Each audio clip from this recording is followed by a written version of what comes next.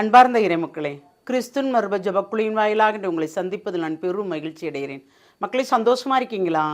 நிறைவாக இருக்கீங்களா? மகிழ்ச்சியாக இருக்கீங்களா? மன அமைதியாக இருக்கீங்களா? மக்களே, இறைவன் கொடுத்த மகிழ்ச்சி யாரும் நம்மிடம் தட்டு பிரிக்காதவாறு நாம் அவரோடு இணைந்து நடப்போம்.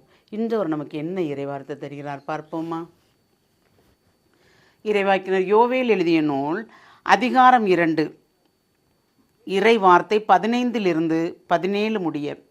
சியோனில் எக்காலம் ஊதி எச்சரியுங்கள், புனிதமான உண்ணா நோன்புக்கென நாள் குறியுங்கள், வழிபாட்டு பேரணியை திரட்டுங்கள், மக்களை திரண்டு வரச் செய்யுங்கள், புனித கூட்டத்திற்கு ஏற்பாடு செய்யுங்கள், முதியோரை கூடி வரச் செய்யுங்கள், பிள்ளைகளையும் பால் குடிக்கும் குழந்தைகளையும் ஒரு சேர கூட்டுங்கள், மணமகன் தன் அறையை விட்டு வெளியேறட்டும், மணமகள் தன் மஞ்சத்தை விட்டு புறப்படட்டும்.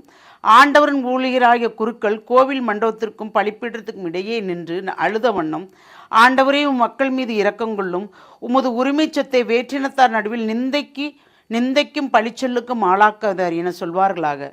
அவர்களுடைய கடவுள் எங்கே என வேற்றினத்தார் கூறவும் வேண்டுமோ? Praise the Lord. அவர்களுடைய கடவுள் எங்கே என வேற்றினத்தார் கூறவும் வேண்டுமோ?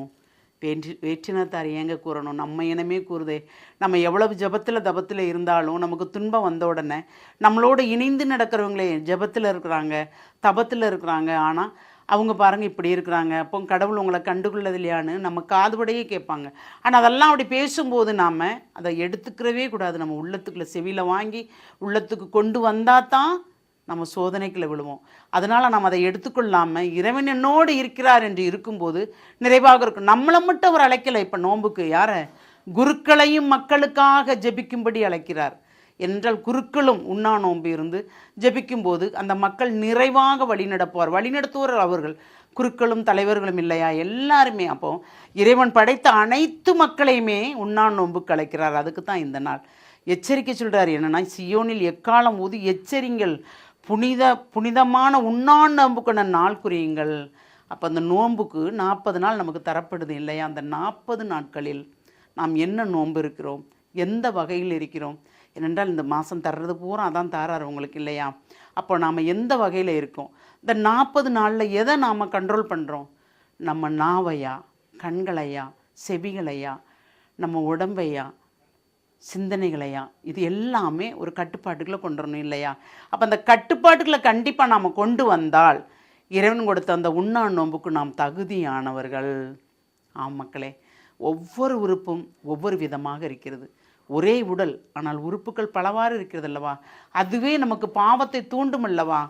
பேசும், பிறரை பற்றி புறம் பேசுவதற்காக இந்த நாவு கூறும், பிறரை பார்த்து கஞ்சாடை காட்டும் இந்த கண் இல்லையா? கேட்கக்கூடாத வார்த்தை இந்த செவி கேட்கும் இல்லையா? இதை எல்லாமே நம்ம கட்டுப்பாட்டுகள் கொண்டு வந்தோம் என்றால் அதுவும் ஒரு நோன்பாக மாறுகிறது. அப்போ நம்ம பிறரை பற்றி எதுவுமே பேச வேண்டாம், செய்ய வேண்டாம்.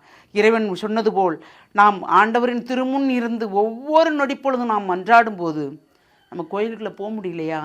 உங்கள் வீட்டை கோயிலாக மாற்றுங்க, நீங்கள் இருக்கிற இடத்த கோயிலாக மாற்றுங்க, அதில் நீங்கள் மண்டியிடுங்க. நீங்கள் மண்டியிட முடியலையா? அப்படியே கண்ணை மூடிட்டு உட்காருங்க. நீங்கள் எதுவும் கேட்க வேண்டாம். ஆண்டவரே, பாவி நான் வந்திருக்கிறேன், என் பாவங்கள் உன் கண்முன் இருக்கின்றது ஆண்டவரே, அதான் நான் இத்துன்பங்கள் அடைகிறேன்.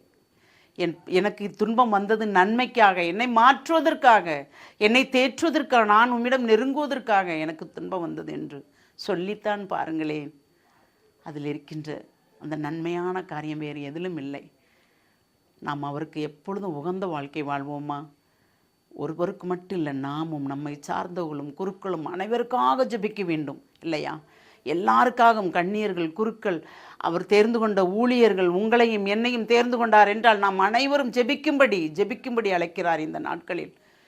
சுயம் மட்டும் இல்லாமல் பிறருக்காக நாம் ஜெபிக்கும்போது எல்லாமே நிறைவாக நடக்கும். அந்த நிறைவை கேட்போமா?